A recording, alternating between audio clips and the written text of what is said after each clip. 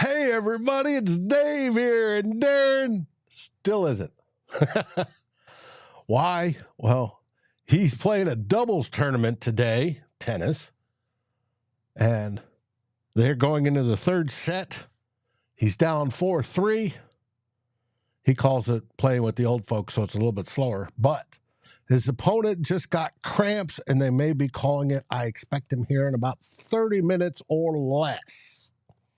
So I'm going to change things up a bit.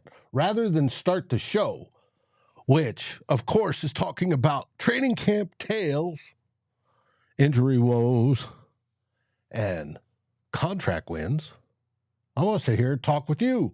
So I want to welcome everybody that has joined me today. So far, we got my brother in arms, Gary Bolster. Now, I need to figure out how to get this bigger because it needs to be bigger so people can see. Gary, hello and welcome to the show. I see Miss Mary is here. Peter is here. Let's see. Who else is here? Raymond. Good to see you back again. The lovely and beautiful, of course, Miss Mary. Good to see you. George has already joined us. And we have the doc as well. Now, since Darren isn't here yet, I'm going to open up the show for you guys. What would you like to talk about, knowing that we're going to talk about training camp, and there's tons of stuff to talk about in training camp. Now, I'm all for that. That we're going to talk about Darrisaw's contract, which is a great one. Then we're going to talk about the unfortunate Mekhi Blackmon, and then later, Shaq Griffin injuries. But I'm here for you. Hey there, Nick. Did I become a UND Sioux fan? And you saw me wearing that UND sweater. Yes, I was. I was stationed in Grand Forks, North Dakota for 14 years, a little over 14 years. Loved it there, right? It's the best of the two bases in North Dakota, but they're both fine if you like the cold. And I got to see, for the first time in a long time, I grew up, went to high school in New Hampshire, so I watched hockey there. Hockey was cool. But there's nothing like when you have the entire city basically shuts down for Sioux games at the old, what do they call it? The old stadium, and the guy built a new one. But the old rink. It was fabulous. Everybody loved the Fighting Sioux hockey. It was great. I wish would have won some national championships since then, but we've gotten awfully close. And the hockey was just top of the line, and you were so close, and it was great. Nick, you're still from Grand Forks, still live there. Good. I've heard the city's grown a little bit, so that's cool. I was there during the flood and everything else. I loved the city. Had a great church, everything there. So, Doc says, "What's up?" George says, "What's up, Doc? Should have taken a left at Albuquerque. Albuquerque's, it's got its charms. Well, grew up there as well. Moved all over. Like I said, spent most of high school, junior high, and high school in New Hampshire, and then senior year in Albuquerque. Know the city well. Thank you, Anthony, for liking the shirt. And went to college down in Roswell, and then joined the military shortly after that. Went to New Mexico Military Institute, then the UNM my junior year, and then got stupid, and then tried to get back in the military, went active duty Air Force, and the rest is history. Yes, Fighting Sioux, best stadium ever. And the new one, you walked in and there was marble everywhere, and everything was engraved and inlaid with the Sioux logo and on the columns and everything else. It was absolutely beautiful, and the seats were comfortable and beautiful, and then they had the Olympic size rink attached to it for practicing, and the Lady Sioux would do there. It's just a beautiful, beautiful setup for hockey. Couldn't get any better. Absolutely couldn't get any better. And then, of course, they gave up the name because of politics, and that was that. But it'll be interesting. I don't think they've won a championship since then. So, great place for hockey. Now, what's great about North Dakota, for those who have not been there nor grown up in Minnesota, North Dakota has fantastic fishing and hunting. If you like the outdoors, it rocks. If you're indoors, what we do is bowling, and they also had curling, which is like bowling on ice, sort of. The whole idea is you make teams, and you go there, and you drink beer and have a good time. What's wrong with that? So that's good. Now, okay, Nick's correcting me. They won. The Hawks won in 2016. Outstanding. I try to track those during the season, but sometimes I miss. That happens. But what all would you guys like to talk about? What's on your mind before we start the show as we're waiting for Darren? I'm willing to answer any questions you have. I don't know, Anthony. I never went to Bonanzaville while I was up there, and I didn't mean to do that. So, have no idea. Her Norwegian roots were in Grafton. Grafton is a nice town, too. I loved it. I loved it up there. Didn't want to move. I was by name requested, told to move when a PCS down to Scott Air Force Base in Illinois. That was headquarters going, nope, we're taking him. And they did. And the Air Force can do that to you. Hey, SKOL for Life Barber is in the house. Welcome, welcome, welcome. Like I said, I'm sitting here talking to you guys. I couldn't adjust the time because we were within the 15 minutes when Darren told me that, hey, he's going to be delayed. So, what do you guys want to talk about? We'll talk about until Darren gets here, and then we'll go into the regular show. And like I said, the show's going to be fun. We got tons of talk about and training camp. I'll ask you guys a question. Has training camp got you excited so far, and why? I can tell you it's got me excited. Now, granted, we've got a problem with the cornerback room. Don't want that. So, but it's got me excited overall. I can't wait to see some of these players come to preseason games. Just absolutely can't wait. I can't wait till Monday. What happens Monday? Hey, the big boys put on their pads and we get to see some hitting. Can't wait. Gary asked, Dave, did I ever watch Norwegian TV spearing northern pike through ice? I have seen northern pike speared through ice, Gary. Yes, I have.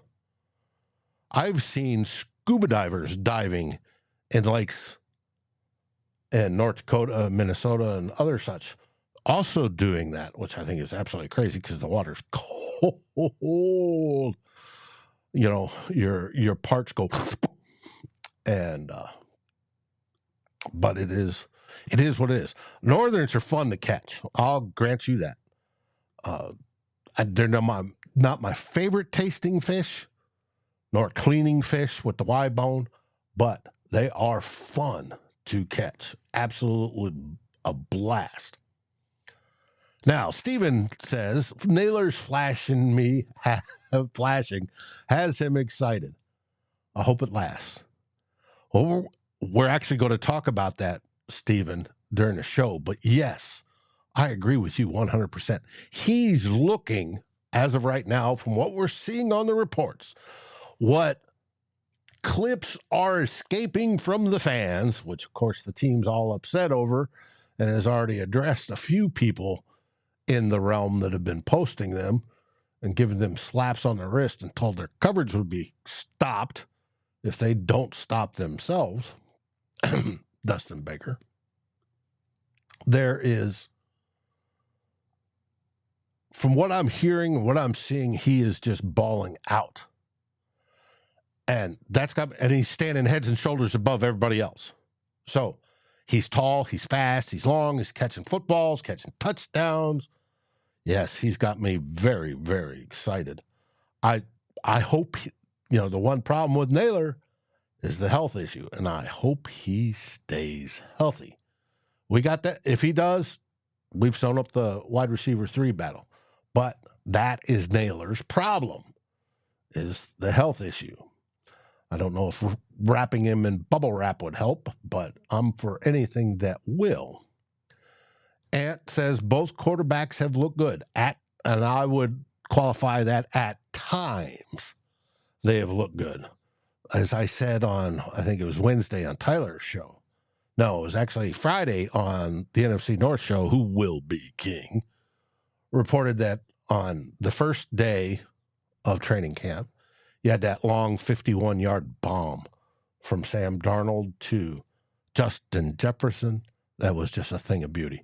And we hope we see tons more of those, because it'd be absolutely great.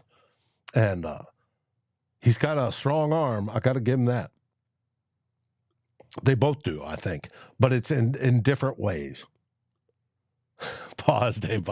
Thank you, Grandizer. I think, well, I got to take a sip, but it is what it is. David Rinaldi's joining me. Wonder if he's still up in Minnesota on vacation or back down here in Austin, Texas. He's a friend on Facebook, and I've enjoyed seeing his pictures. Looks like he's had a great time. And I would too if I was up in Minnesota right now. Norris Vias has joined us. Outstanding, my friend. Outstanding. So, like I said, for those that are coming in a little bit late, we're waiting on Darren.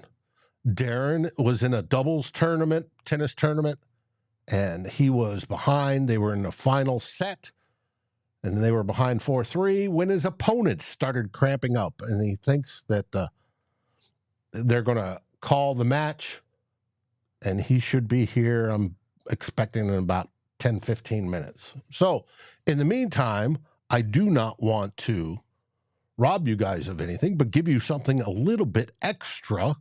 So I'm here to answer any questions you have.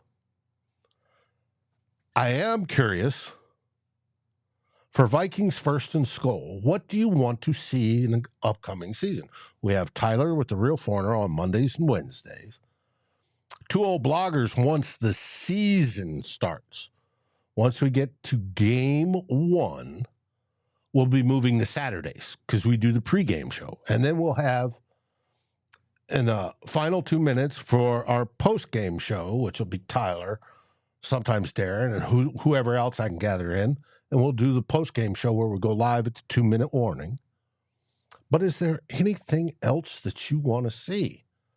I see that Rap, everybody knows Rap, wants to come on and do a show with me. I'm all happy for that. I think that's going to be great.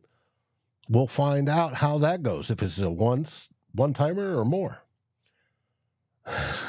Grandizer Dave drinking on Fridays. Grandizer, if the days ends in Y, I'm cool with it. It doesn't matter which. Now, I do not drink every day, but I drink often enough, and I like drinking with you guys. It's part of my stick. Now, it is what it is. Well, we'll find out. Dr. Proto, George asks you, do you live near Chico? Grandizer, I would love to bring in, or Northfius, I would love to bring in Ted and Drew. And I should. It'd be a good old Good Morning Gallahorn show once again. And I'll ask him. They're both buddies. I'll ask him. That would be fun. At least right up in, to the season. Let's bring them on and do a preseason type deal of what do they think for the season. Now, Dr. Proto says used to, now he's about an hour north of San Francisco. Doc, feel for you, brother. I spent out a summer out at Beale Air Force Base. Also been to Travis Air Force Base. But that was fun. SKOL Mafia, welcome, my friend, to the show. Obviously, you're not working today. That's a fantastic thing.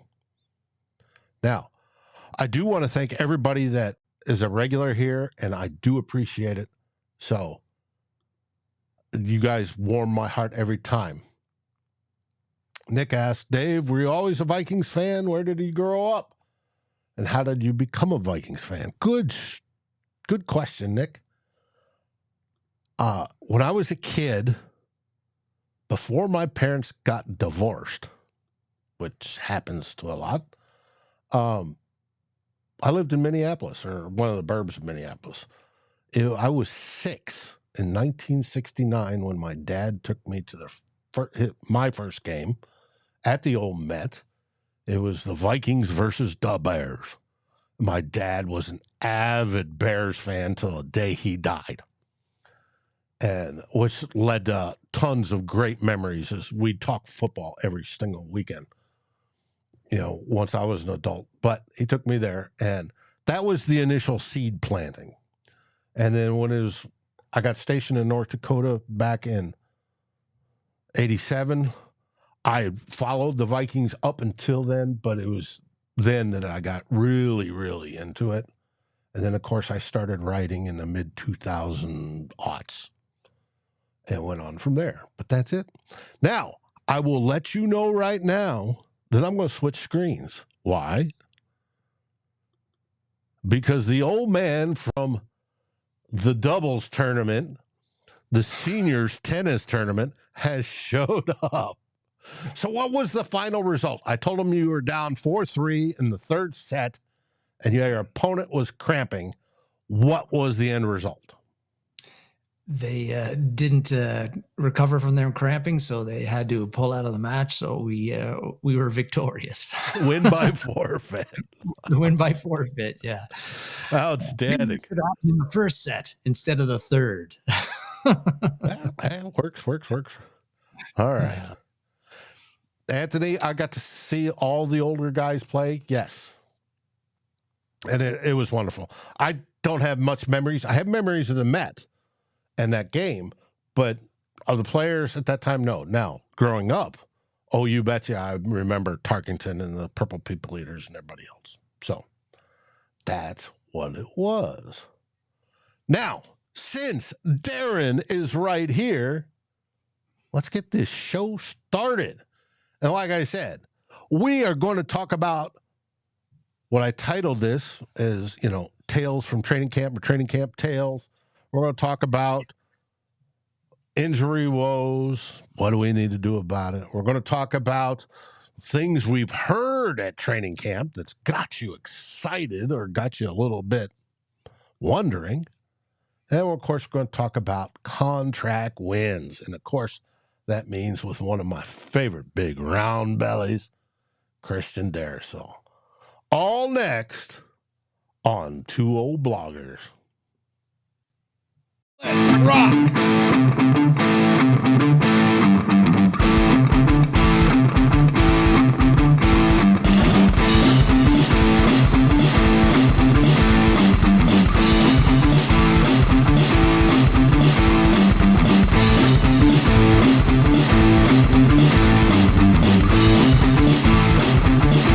Vikings First and SKOL presents This Week in Vikings Land with Darren and Dave, your two old bloggers.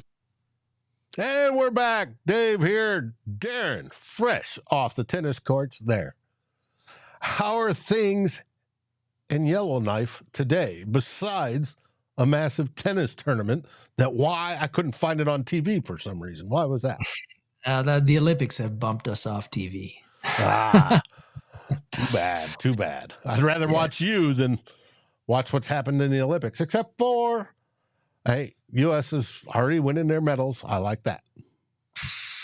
They usually do. A lot of swimming medals to be had for the U.S., I'll tell you. Yep, fish. They are fish. Australia's won some too, which I was talking with Katie and saying, hey, if any other country likes to swim as much as we do, I could see it and being in Australia. The Aussies have always had a strong swimming program for sure. But the U.S. is just, they're always like Phelps is just the tip of the iceberg, right? But they're just and before that, it went all the way back to, I want to say Schmidt. Spitz. Spitz. Yeah, Mark Spitz. Right. And that's what, 1976, somewhere in there, when he won 72. all his medals. 72, I thought it was. 72 could have been. Yeah. Yeah, when he won the 7, I think it was 7 gold medals. 7 it was a golds. standard. Phelps smashed it with 8, I think it was. But yeah, like unreal stuff for sure. But and swimming, I don't know if people watch it, but I don't watch it. But in the Olympics, it's so exciting. Like you get a close swimming, and they're mostly close. I mean, they're with half an arm's length of each other. Yeah. Sometimes you gotta like wait until to see who touched first. So it's really exciting. More exciting if your country is in the medal hunt in certain stuff.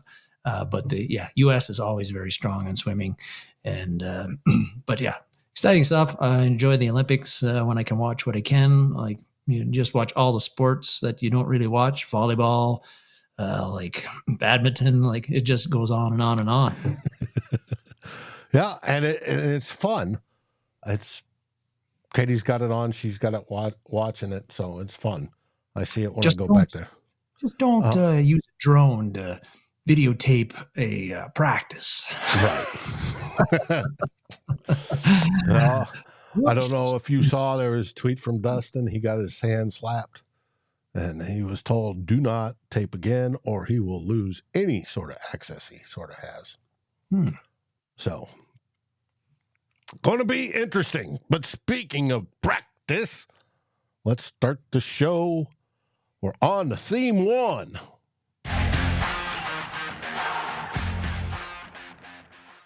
And this one is the one that's got us not so happy. Injury woes.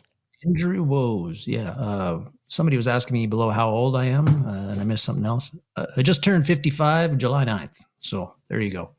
I know I look older than that. Or I'm 60. I'm the old man in this group. So that's right. No big. Yeah. Well, training camp in full swing, Dave. So that means lots of news, Vikings news now, lots of news from all over the NFL. Unfortunately, then we got the news is, let's start with the bad stuff first. And first thing was right out of the gate, Mekhi Blackmon tears his ACL. Not great news at all. I think that's a big blow to the Vikings secondary. I thought Blackmon played pretty well as a rookie last year. I was expecting him to get better and have an even bigger role this season with the Vikings. Blackmon, I think, was the favorite to be the number 3 corner. That's where he was slotted as far as the depth. And then with Kyrie Jackson's death in the car accident a couple of weeks ago, so with that, you've got likely the number 3 corner, Blackmon, and possibly could have been your number 4 corner, Jackson, or who knows, he might have even been wormed, got his way into a better position than that. They will not be available this season, and for Jackson, any season, unfortunately. So outside of Shaq Griffin, who also got hurt now with a lower body soft tissue injury, I think it might have been an ankle he rolled, and Byron Murphy Jr., there's really no proven talent at corner and not much depth. This is a problem, Dave. Now, with Shaq Griffin, lower body, soft tissue was the words Kevin O'Connell said. We thought he rolled his ankle. It's what's been reported. Kevin O'Connell says, we're hoping a few days, maybe a week out. What does that tell you? What sort of, if you want to take those lower body soft tissue injuries, tell you when it's going to be 3 days a week? What type of injury does that indicate to you? Not that I'm saying it is, but it's definitely one in my mind. Yeah, well, I think if you like a severely, like a rolled ankle is one thing, like a severely sprained ankle, you would be out multiple weeks, potentially. And I'm worried it's a high ankle sprain. And we know NFL teams aren't always, they give you as little information as possible about the injuries as they can. Right, because they're not required to until the season. So, I mean, the good news is that this happened early to Griffin. So he wasn't going to play in preseason anyway. I doubt it very much. If we go by what Kevin O'Connell, how he's worked the starters in the previous two seasons, where most of the starters, 95% of them have played very, very little, if at all. I don't think you're going to see Griffin playing, and particularly with Blackmon going down and Jackson, unfortunately dying in the car accident, with our cornerback depth where it is, I don't think Griffin or Murphy were going to see the field at all in preseason. But yeah, the good news is I think he does have time to work this out and be ready for the season opener. Because Griffin is a veteran. He's been in the league a number of years. I'm sure he's got the defense pretty much down pat right now. He doesn't need a lot of work to be ready for the season. Mm-hmm. So that is the good news. But we still have a problem here at corner with the depth. The Vikings did sign Duke Shelley a day before Blackmon went down. That turned out to be a pretty good signing for the Vikings. We know Duke Shelley played pretty well in 2022 for the Vikings. He was in 11 regular season games, and he started 5, plus the wild card playoff game against the Giants. But last year, he signed as a free agent with Las Vegas. He got cut before the season started. He then caught on with the Rams, but he didn't really play. So, I know there were some people out there who were pretty happy with, we brought Duke Shelley back, but I think that the defense that he's playing in now is the Brian Flores defense. That is a lot different, I think, than the defense that he played well in, which was with Ed Donatel as the coordinator. Now, is this defense suited to Duke Shelley's?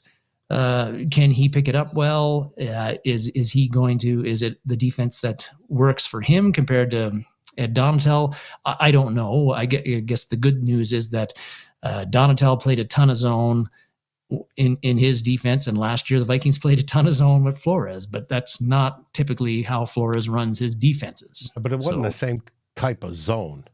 I mean, Donatel was the zone, cover 2, drop back and let everything come to them.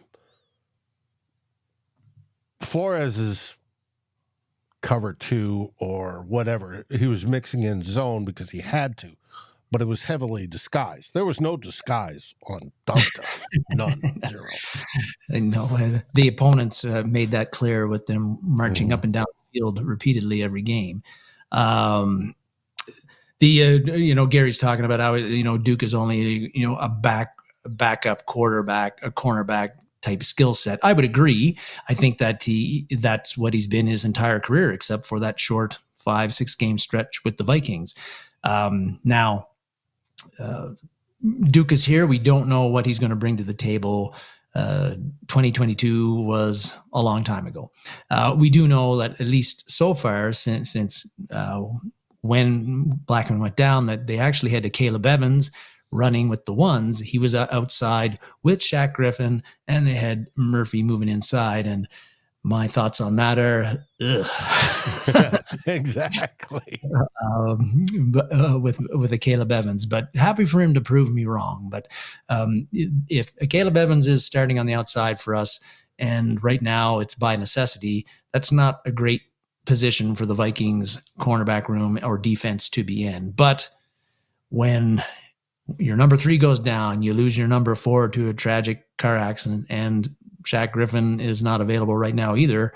There's only so much you can do, but this is not a great start to the Vikings training camp, I think, overall. And when you throw in Jordan Addison's being arrested under suspicion of DUI, it's even worse. So, but is Kwesi Adofo-Mensah? I think that the next question is Kwesi Adofo-Mensah just going to be willing to stick with the cornerbacks that we have right now? And yesterday, Kevin O'Connell said, hey, we've got to add to this room, and Kwesi is working on that now. And he said there might be an impact player out there that we can bring in. And there are some, I think, intriguing options who are still on the street who play cornerback. And the first one is Stephon Gilmore. Yes, he's 34 years old. That is very old, but he played fairly well for the Cowboys last year. His overall PFF grade was just over 70. I think he had a 69.5 coverage grade, which is not outstanding, but it's solid. He's out there looking for a team. Adoree Jackson is another guy. He is a guy, he played for the Giants last year. ESPN actually had him linked as a free agent target who would make sense for the Vikings. About a month ago, they had a story about that, or free agents who are still on the street and trying to match them up with teams. We don't know what the Vikings think of Adoree Jackson, and he's coming off a bit of a down year last year with the Giants, but 28, 29 years old. He's been a good cornerback in the NFL in previous years, even if he had a down year last year. He's out there on the street. Another guy, J.C. Jackson. Now, here's a guy, and Chris Collinsworth's all word, but and I think another interesting guy without a team currently, played under Flores in New England when he was there. And Dave, between 2019 and 2021, this guy had 22 interceptions and 47 passes defended. That is a lot in today's game. Now, since he moved on, he was with the LA Chargers for 1 year, and then he moved back to New England last year. Since that time, 22, 23, he's just had 1 interception and 11 passes defense, and he's had a bit of an injury bug. But if you could get Jackson to play something near to what he was from 2019 to 2021, he'd be a great help to the Vikings, or any defense, really. You just kind of wonder if he's still that player, or he's still on the street, and you kind of wonder what the league, do they know something about this guy? And have they seen the tape the past couple of years and just feel that he's not worth investing in anymore? I don't know. He fell off the cliff. Yeah. It happens. Another guy who's on the street, Xavier Howard. People have been linking him to us all off season, played under Flores too in Miami. But our Tyler Fornes says he thinks his knees are shot, which is one problem. Another problem is that he's got this being sued for sending explicit sexual videos to folks. And I think that's made him kind of like radioactive waste. It's not just to folks, it's to minors. Yes. Yeah. I didn't want to get into the details, but it's not very good a look for him at all. And I think that's kind of made him like radioactive waste. Nobody wants to touch him until that gets resolved, if it ever gets resolved. And he is, I think, 30 years old, so he's not young. He's not a spring chicken, yeah. Not a spring chicken. So if he's got knee issues plus the legal issues, don't expect the Vikings, with the culture that they've built under Kwesi Adofo-Mensah and Kevin O'Connell, to be bringing in this kind of a guy. The final guy that had been bandied about was Marshon Lattimore from the Saints. Some rumors that the Vikings were looking to trade for him now in June, or he was on the trading block. Now June, he came out publicly at their mandatory minicamp and said, "I want to be here." And Dennis Allen, the head coach, said Marshon Lattimore is going to be here. So I don't think he's on the trading block. But even if he was, I don't think this is a great. Not that Lattimore isn't a very good player. He has been, but it would be a very. I don't know if it's a great move for the Vikings to trade for him. Seems like Lattimore would be a guy, like, if you're close to Super Bowl contention, you think you're a player away from a player who could turn your defense into playing at a level where they can get you to the Super Bowl and win it, then I can see you giving up draft assets, and significant ones, for a guy like Lattimore. But I don't think the Vikings are there yet, Dave. At least I don't think so.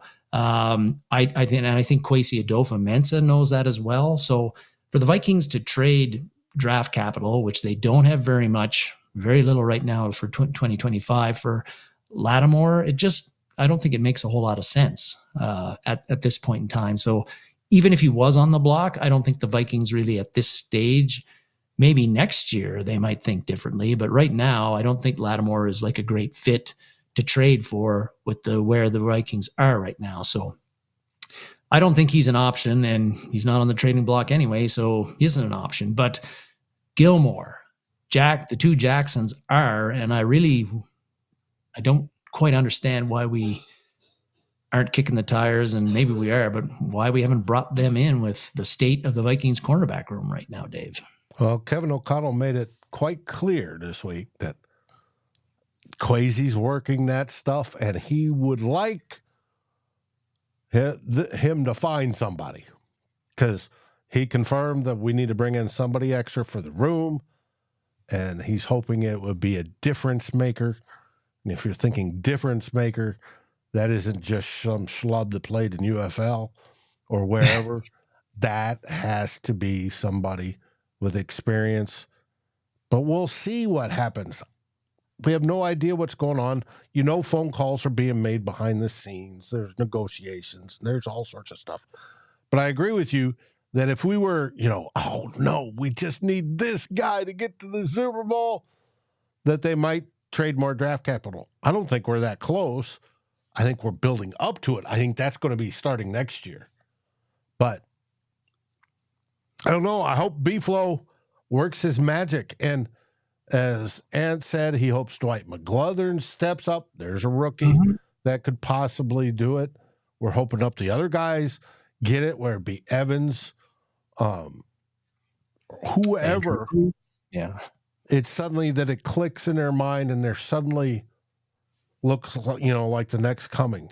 So, but it's rough. Gary says 2 weakest spots on the team are on defense: the corner room, cornerbacks, and the interior defensive line. And I don't disagree with him one little bit. Those are the 2 spots that worry me the most, but especially the corners do. Because even with pressure from the edges, which we hope to generate a lot more of, and even if we play all 3 guys across the board, that's being in Van Ginkel and Dallas Turner and the other kid with the sore foot. We're going to, even getting pressure is going to help, but if you don't have corners that can cover, quarterback's going to throw to him. So it is what it is. And the Vikings did sign Jacoby Francis, who last played for the Texans in 2022, and played for UFL. Yeah, so he's a guy they're bringing in, like Kevin O'Connell said, to up their head count, but he's not, like, he's a guy who's probably on your practice squad, if anything. Yeah, he's there. He's there as a body right now, and he's been a body everywhere he's been. So he's not the answer to what's ailing the Vikings at on the cornerback side right now. But there's time to add somebody, and maybe somebody like. I think it would be naive of us all to think that, Evans is going to step up his game, and Booth Jr., and also McGlothern is going to ball out. Like, right. The chances of those 3 things all happening are probably 0. And the chances of one of those 3 things happening, based on at least how Booth and Caleb Evans have played in their career, is probably 25% at best. So we need a little bit of help here. Yep. And Doc says Rhodes is about the same age as Patrick Peterson, and they're both, consider him retired. They're both over the hill. Would they be great in the building, and especially Patrick Peterson? Yeah, sure. But as for playing, I think he's beyond that. Well, and last year Peterson was playing safety for the Steelers. He was not playing corner. So his days of being a cornerback, I think, even if you were to get on a team, he's transitioned to safety, which is what people thought maybe should have happened 2 years previous. But anyway, that we'll see what how the Vikings address this, if they address this. And judging by how things went yesterday in practices, they do need to address it, because the corners got toasted badly. And that has happened. Well, that brings us to theme 2.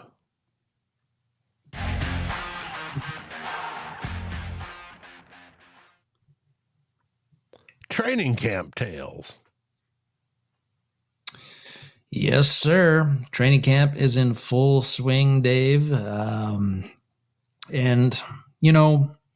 which is great. Lots of news coming out, but I don't have access to the Vikings practices, nor am I close to Egan.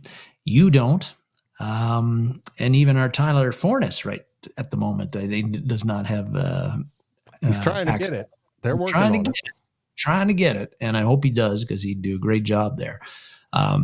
So if you're jonesing for information on the Vikings and what's happening at training camp, you've got to be following the Vikings beat writers, whether it's Ben Gessling, Kevin Seifert, Will Ragatz, Alec Lewis, those guys who do have the access. And you got to be checking them out on Twitter X, and their articles if you've got if you paid for them, as in the case of the Athletic and the Star Tribune. Mm-hmm. But the Sports Illustrated ones are still freebies. Right. But Matthew Collar and Purple Insider he's got it behind it. Judd Zolgad just started his where you can pay for his as well. I don't think anything's private yet behind the paywall, but yep.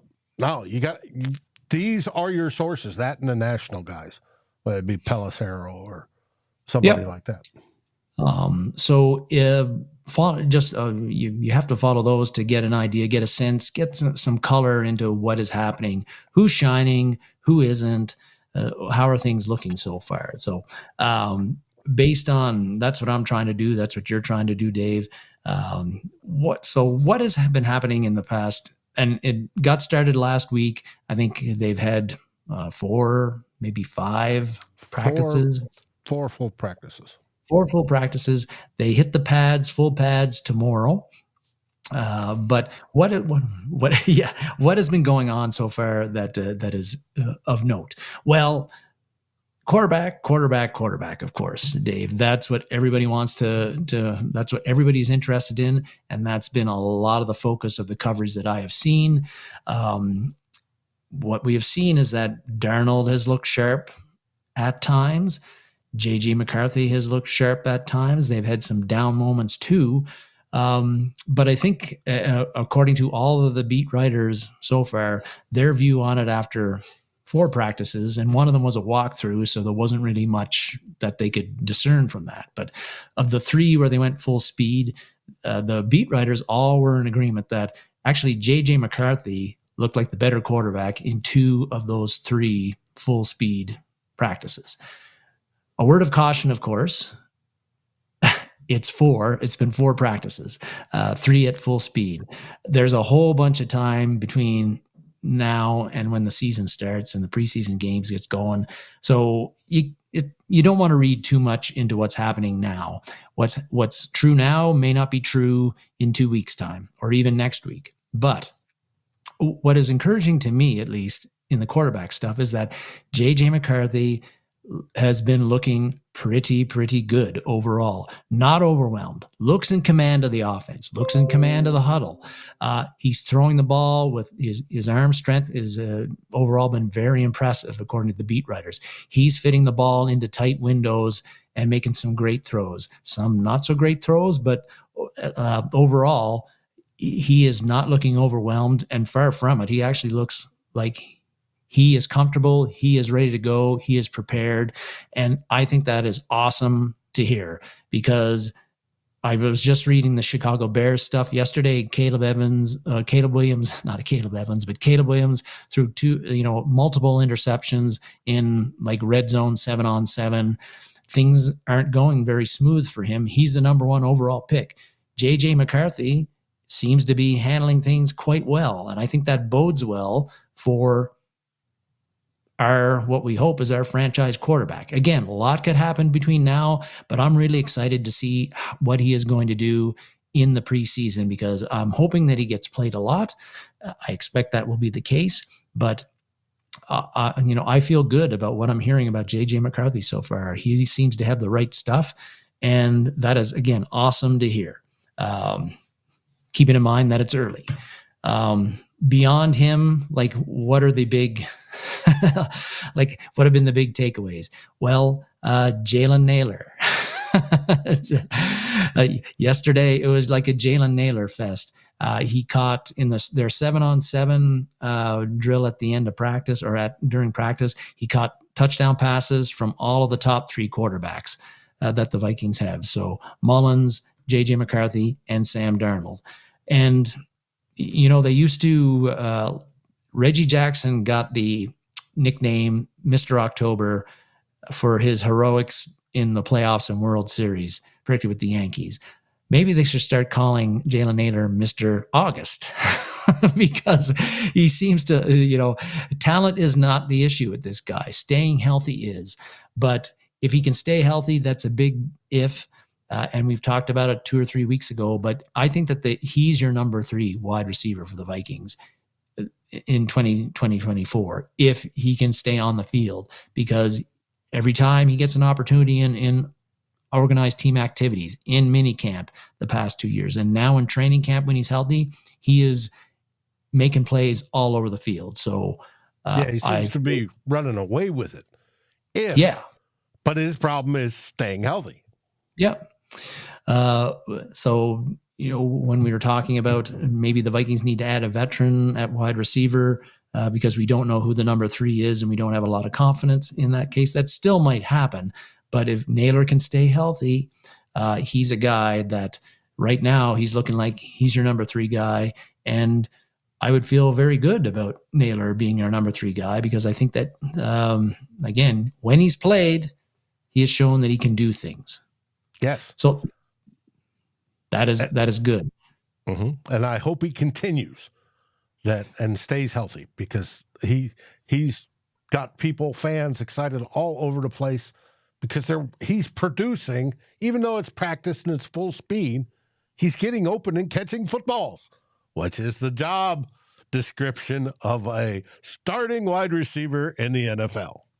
Mm-hmm. So. On the defensive side, I'm not really seeing a lot. That is not surprising. I think you'll see and hear more about defensive players who are standing out when they get wearing the full pads on Monday and they're tackling and they're banging into people and all of that sort of stuff. What we have heard is that Brian Flores, not surprising, and the Vikings defense have, as Kevin Seifert said this week, have chosen violence. That was the best quote of the week. They're showing multiple formations, coverages, looks at the line of scrimmage to the Vikings offense. And I applaud this because I think that the more that they can show our quarterbacks, Darnold and J.J. McCarthy and whatever, it's just going to prepare them better for the regular season when they're going to have opponents showing them different looks and different coverages and all that. Make it difficult on the offense now so they can thrive in the regular season when it's going to be difficult anyway. So awesome to see that as well. Applaud it. They just have to watch out for drones flying around the practice field that the Packers are probably would be putting up there. But yeah, so yeah. So those are a few of the things from training camp. Something that was mentioned yesterday was that Lewis Cine was on the field but not dressed in uniform, which you mentioned it is a trade possibility here. That is something that teams do is they won't. If they're trying to trade a player or a trade is imminent, they don't dress them because they don't want them to get injured, and then that scuttles the trade. Seems odd that Cine would, like, we haven't heard about him being injured, and if he was, he probably wouldn't be on the field. He'd be getting treatment and he'd be away from sight. That was not the case yesterday, so don't know what's going on there. And we know that Lewis Cine is number 6 of our 6 safeties that we have in camp right now. So. And a trade candidate if we could find somebody who would take him, I think. So something to monitor there, something to look for there over the past, in the next few days, if anything happens. I think it would be a little early now. I think that you'd want him to show some good things in an exhibition game or 2 exhibition games and generate a little bit of interest, but just a little bit something to notice there. It was interesting that it was brought up. The fact that he's out there, but he's not dressed. Yeah. And not practicing. It's like, well, nobody knows of an injury. What's the deal? Nope, not at all. Probably the final thing to mention is just Jordan Addison. He spoke to the media briefly about, and of course they asked him about the arrest for suspicion of DUI. Said all the right things. I messed up. I've got to be better. I've got to learn to make better decisions. And that it's fine to say those things. He did talk about being like that he was in a very dark place when he got arrested. That is not surprising. And he really credited his teammates for bringing him, supporting him during that time. And we know Jonathan Grenard publicly came out and supported him. Josh Metellus was very vocal about supporting him and actually took the blame. He said that him and other Viking veterans, him as a team captain, he kind of took the blame for this happening, which is admirable. I don't think it's legitimate, but it's admirable for him to do that. But he was not in Los Angeles in the car with Jordan Addison. So what could he have done to stop it? But I do like this because I think it speaks to the team culture that we've built there. And you want the veterans, when something bad happens to a teammate, to rally around them and support them publicly. I do hope, though, that there's a little bit of tough love happening here, that they, people like Grenard and Metellus are going to Jordan and saying, hey man, this is not a great, we're behind you. Anything you need, we're here. You want to talk, we're here to talk about it. Feel free. But hey, you're a very important part of this team. If you are unavailable, that's really going to hurt the Minnesota Vikings in 2024. We cannot have this happening. So how can we help you make better decisions? Let us know any way we can help you. I just hope that those conversations are happening. So it's great to feel supported. We all need it. And that is going to help Jordan Addison, but he also has to have people giving him straight talk and talking to him, giving him, not BSing him and blowing smoke up his ass.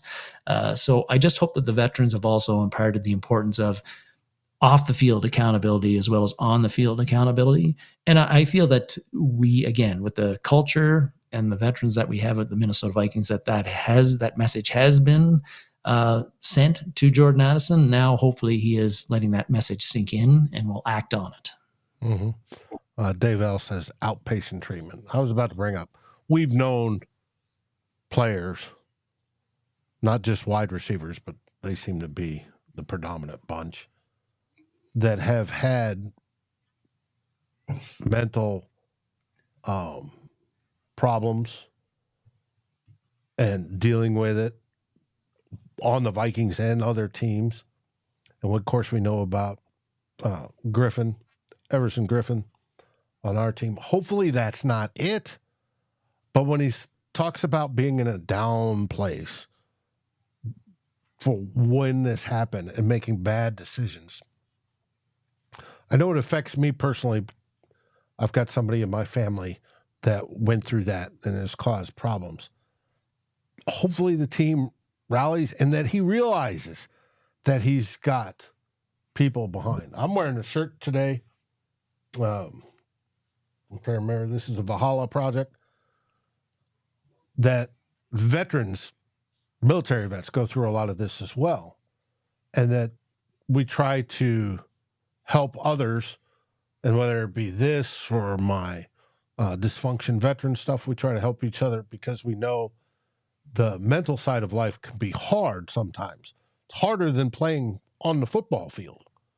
So I hope the Vikings, I'm sure they have all the resources, but I hope the teammates, whether it be Grenard, whether it be Metellus, whether it be whomever on there, can stick to him and convince him that when he gets thoughts that are bad, that they can call him and say, hey, let's get together either on the phone, on a FaceTiming, or on a video game so we can chat and so they can talk. And it doesn't end up that he's sitting in his Rolls Royce on an off ramp, in the middle of the lane on I-105. So it's all how it is. Aaron asks his family life. We don't have it all great. He's on the right football team. And I hope he is. So we'll see. Yeah, Kevin O'Connell mentioned about when he was asked about how Addison has a great family. So I think his upbringing has been very strong, based on what Kevin O'Connell said. But again, you It could said be it the last week. pressures of being a star athlete, and what's When you're expected of you or whatever. yeah, It could when be you're all sorts of. Maybe 23, his girlfriend broke 24, up with him. yeah. But when you're 23, 24, I know, speaking from experience myself, you don't always make great decisions all the time, and I don't have the the media microscope. I didn't have the media microscope on me at that age, where any mistake that I do make is going to get reported public nationally. So that's a thing that you got to adjust to. You got to live with and recognize. And but the again, there was never any red flag character concerns with Jordan Addison coming out of college. So, Right. a couple of things have happened here. I don't have any. I don't feel like I have any big concerns that he's going to be a problem child. That has not been his history going through. But it just, again, the team, the veterans, I think they can play a role in making sure that this sort of thing doesn't happen again. And hopefully that's what's happening right now. Yeah, I agree wholeheartedly. That everything's good and he goes in and just balls out this season. And then we have JJ, Jordan Addison, Jalen Nailor as our 1, 2, 3. And then when Hawkinson gets back, that offense is humming. And he's part of that, living on that. And then once that high goes away, when we're in the off season, that he gets with his buddies and stays high and presses forward, presses on, because and gets help when he needs help and squares away his life and works on, going forward. That's the way it needs to be. That's life. Now, that's the end of the training camp tales. You were going to ask me what I thought of training camp, and I explained that and the time period prior to you coming on. It's got me excited. It's absolutely got me excited seeing some of the things that are happening. Yes, there's the bad news.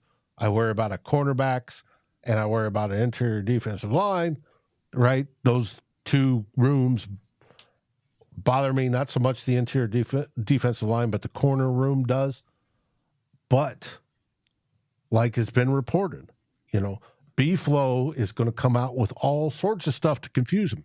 Now, I don't think Sam Darnold, we talked about Sam Darnold earlier, and he had one really good day, and then it's a couple days that aren't so good.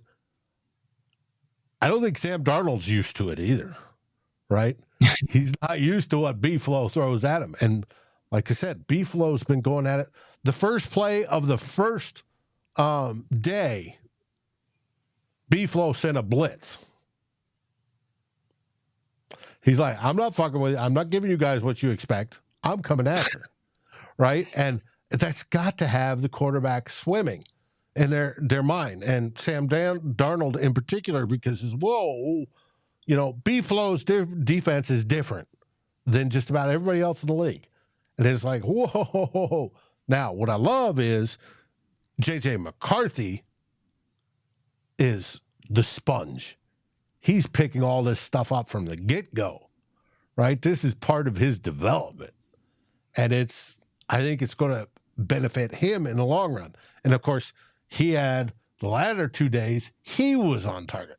There was the red zone drill. They said he was 4 out of 5 in the red zone, 4 touchdowns out of 5. The fifth one would have been if Reyes had caught it, and he was like 8 for 9 on the whole day or something like that. Just boom, do it, baby, do it. And of course, Sam Darnold's that beautiful 51-yarder. Yes, do it. Let's get these plays going and get that offense to score more points than the opposing defense, or not the opposing defense, than the opposing offense does. It's a simple proposition, and I used to talk about it with Drew, it was, the Mr. Obvious moment. What do you need to win a game? Score more points than the other person. Doesn't matter on who's doing it, how they're doing it, whatever. Score more points. And if our offense is generating 35 points a game, we're going to win the division. I like our chances. And I think what I didn't mention in the training camp stuff is like again, early, but what JJ McCarthy is doing so far, I think he is at least putting himself in the conversation to put it that it's not a fait accompli that Darnold is going to be the starter week one. If McCarthy is playing this well, and maybe he's already checked 15 of those 70 boxes or whatever it is that Kevin O'Connell has for him to start. But again, when you're outperforming the guy who's supposed to be the starter, according to the beat writers, in 2 of the 3 practices, that has got to put you in the conversation to be considered as the starting quarterback when week one happens. Again, JJ McCarthy, if he's ready to go, if he's the better quarterback, then start him. Yeah, hell, start him. Yeah, he's ready. Let the McCarthy era start again. Yes. So, absolutely. And I think that is fantastic. And if it spurs on Sam Darnold to play at a level that he has never played before, that is also fantastic. Absolutely. 100%. Well, folks, that brings us to the end of theme 2. And what comes after theme 2? Theme 3.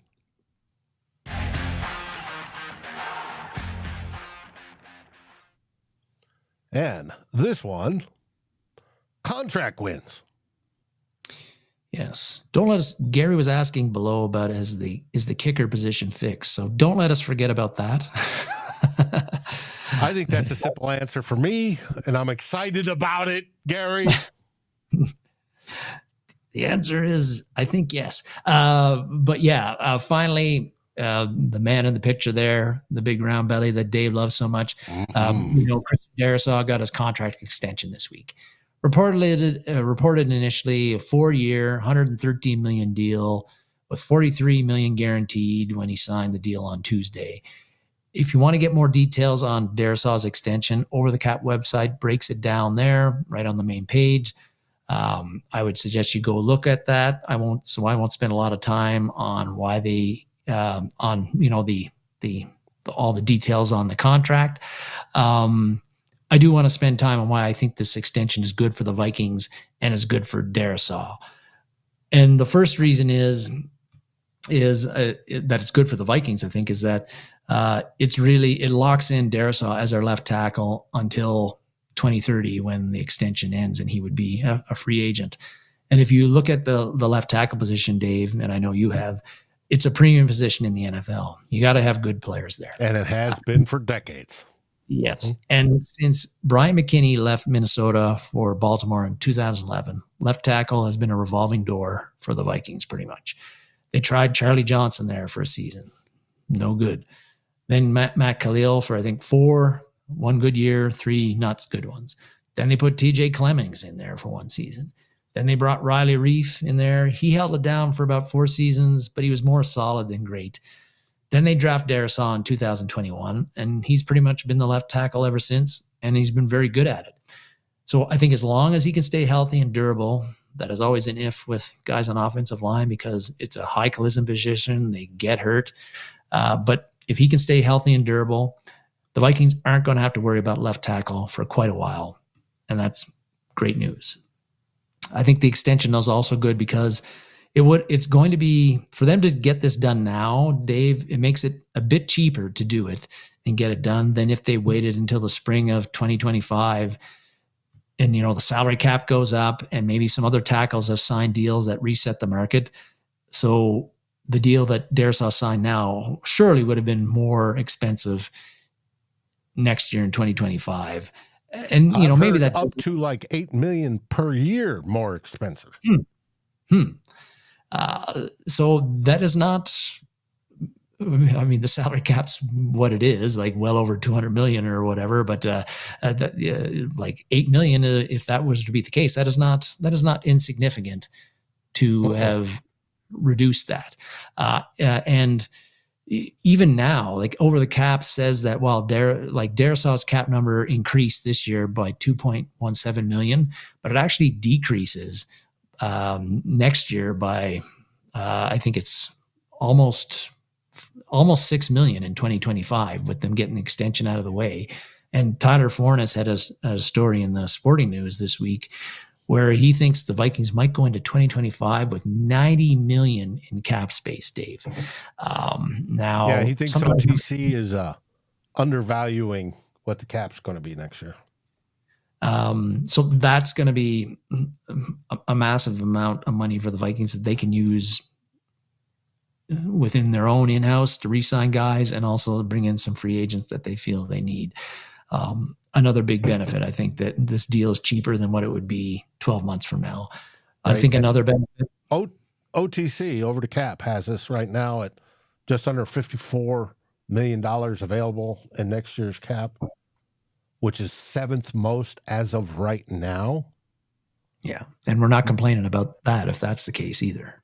And we're going to move up to 6th most because right now there's a team ahead of us called the Dallas Cowboys, and they've got 3 extensions that they've got to pump out before this season.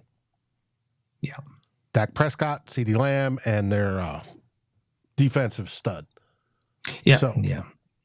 And so they'll fall behind it. So we'll have the 6th most available cap rolling into next year, which I think is going to be sweet. Re-signing Micah Parsons will not become cheap.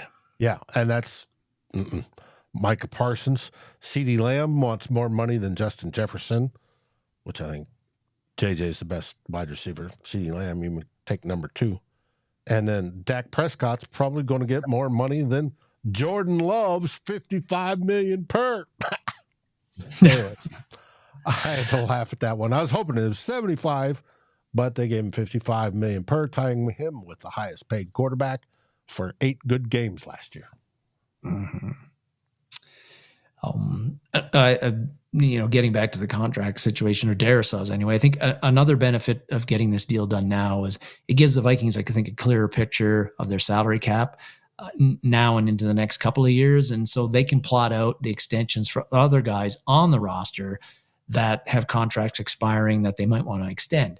Cam Bynum is one obvious example of a guy that they probably or will be looking at extending. Harrison Phillips, Byron Murphy are set to be free agents in 2025. There are a couple others, depending on how they play this year, the Vikings might be considering bringing back and signing to an extension. Even somebody like Josh Metellus, who signed an extension, a 2-year extension last year, but dirt cheap compared to the way he played last year. He might be somebody, if he keeps on playing like he did last year, this year, the Vikings would be looking at redoing his contract. And finally, this is good for the Vikings because it makes Darrisaw happy. And you want Darrisaw happy, Dave. He won't have to answer questions about his contract. When is it going to get done? Will it get done? Blah, blah, blah. And neither Okwesi or Kevin O'Connell anymore. Maybe a small thing, but I think that these things matter. So those are all, I think, very big positives for the Vikings in getting this done. On Darrisaw's side of things, like why this extension is good for him. Well, clearly when you get $43 million guaranteed in your bank account and the potential of making $113 million, over the life of the contract, that should make anyone happy. And Darrisaw talked this week about how now his parents can retire and they're never going to have to work another day in their life and how much that means to him. And for him to be taken care of a year earlier than you would expect, I think that he's got to feel good about being a part of the Minnesota Vikings organization and what they have done for him and taking care of him. I think also signing the extension now also means Darrisaw, he's set to be a free agent in 2023 now. And when this deal expires, if it expires, he'd be 30 years old. Well, you look at left tackles these days, Dave, some of them, like how well and how long some left tackles are playing. Trent Williams, he's 36, considered the best left tackle in the NFL still. Lane Johnson, 34, considered the best right tackle in the NFL right now. Tyron Smith is still considered playing at a high level. And even the recently retired Andrew Whitworth, He played until he was 40, and he was still playing at a very high level. So I think Darrisaw won the Super Bowl. Yeah. And then got out. But like Darrisaw is setting himself up at 30 when he'd still be pretty young to get a very lucrative third An contract. even bigger contract. Yep. A contract that most NFL players never get. They might get the second one if they're lucky, but they rarely get the third unless you're a quarterback, or somebody else these days, a potential left tackle. So if Darrisaw stays healthy, if he keeps playing at the high level he has, he'd be able to command another large extension when he's a free agent at age 30, because teams will feel, based on how a lot of tackles that, examples of like Trent Williams or Lane Johnson or Tyron Smith, they'll feel comfortable that they can still get 3, 4, or maybe more great seasons out of Darrisaw at the age of 30. The Vikings might even decide, Dave, that to sign him to another extension before he even becomes a free agent. So either way, Darrisaw is going to be a wealthy young guy, at least by maybe the earliest by 2029, at the latest by 2030. And I agree with you 100% on that. He has set himself up. Now, what I did read right before the show is that I think it was from Royce, that the whole idea of signing early was a compromise between both Darrisaw and the team. The team liked it because they get him locked in at a lower cost, and Darrisaw liked it because he does have an occasional injury history problem where he misses a few games, and if he didn't stay healthy and bet on himself, he wanted to make sure that it was locked in. I'm assuming he wanted the money now, right? He gets to retire his parents, like he said. And the difference between getting that $43 million at signing or waiting next year and getting 50 or 60, I mean, he may have said, no, it's more advantageous for him now. And knowing that offensive linemen don't fall off at 30. They aren't running backs and defensive backs that you got to start looking for that falling off the cliff at 28, and usually by 30 they're done. No, this is a position that 30 is basically the prime. It's like left tackles and quarterbacks can go to that 35 range and still be good. That's usually 10 years of beating 11, 12, maybe 13, and they're still top rank, at their position. So this runs through 2029, which is cool. I did put up there, and I highlighted on the OTC deal. I wanted to highlight, and what I blew up was the percentage of cap hit. Mm-hmm. Now, generally, a good left tackle will cost you about 10% of the cap for your team. Nowhere in this does he go to 10%. Until we hit about 2028, and not knowing what the cap will be, but I still suspect it's going to be less than 10%. So it's team friendly. He's got it. There are ways that he could leave in 2028 if there's something wrong. The Vikings can, and they're not going to take a huge hit. Definitely in 2029. He's got the third day of the league year when things go guaranteed for the next year, all sorts of stuff in his contract, but it's very friendly to both him and the Vikings, which I think is absolutely wonderful, because all goes well. We've got him locked in through up to 2030. I suspect if he's playing healthy and playing at the level he is, he will be the next Trent Williams, and he's been compared to him numerous times. He'll be the next Trent Williams. He'll get a contract after that, and he'll retire in purple and then work his way. We're debating whether he should be in the Hall of Fame or not. Hopefully we've won a few Super Bowls between now and then it's a no-brainer. He's going to the Hall of Fame. But I think it's a great deal. I love the fact that they did it. And it takes a ton of stuff off their plates. So I think it's fabulous. And I don't think that this deal, Dave, is like the Daniil Hunter deal was in 2018, where it's going to come back to like the Darrisaw is going to be disenchanted with the money that he signed for. And so annually, 2 years from now, annually, he's going to be like scrubbing his references to the Vikings on his social media. And like we hear all this stuff about him being unhappy with his contract because the contract value right now is like pretty much top dollar for a left tackle.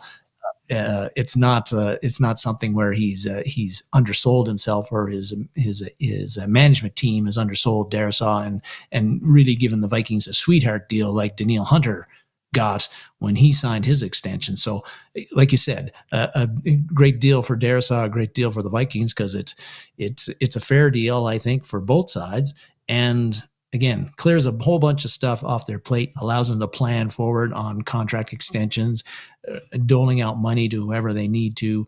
And just removes a distraction, which may or may not impact the team all that much. But Christian Darrisaw isn't going to have to talk about his contract till 2029, really. He's not going to get another single question about that. He can just focus on football, which is what we want him to focus on.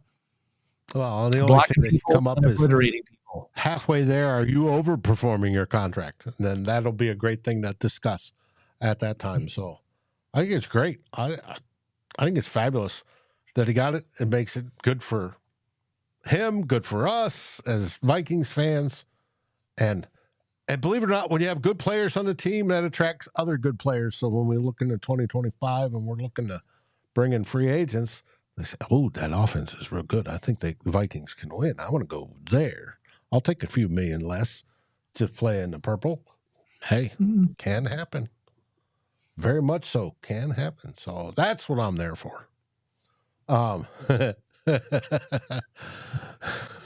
don't know, Norsevius. We'll find out. I've always been the big spoon, but we'll see.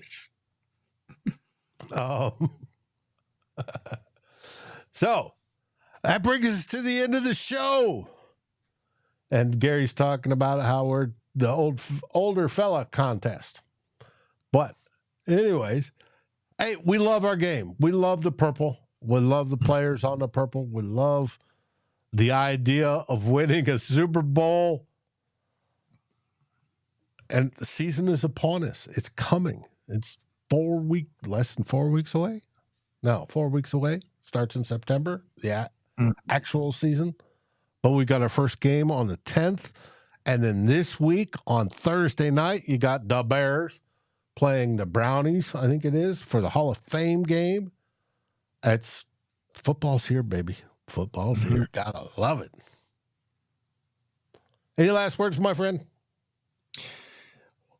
The only thing is, again, well, we know, again, the pads come on tomorrow, and we'll continue to be monitoring what's coming out on the Vikings.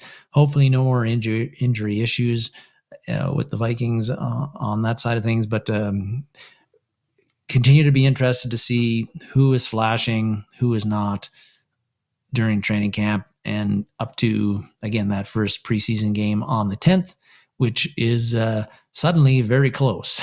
Las Vegas, baby. The Raiders are coming to town, and it's the only home game.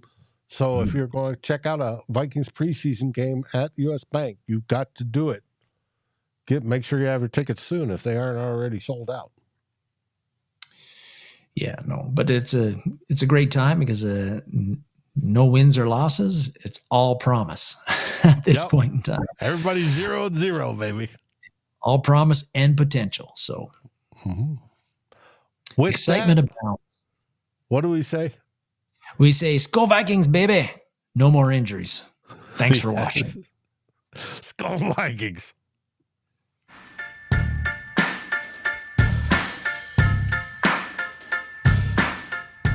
Like, subscribe, and ring the bell. And rate us on your favorite podcast aggregator. Darren and Dave, thank you for watching this episode of Two Old Bloggers. We look forward to seeing you on every show on the new Vikings First and SKOL. You can find our podcasts as part of the Fans First Sports Network. Sports takes for the fan, from the fan. SKOL, everybody!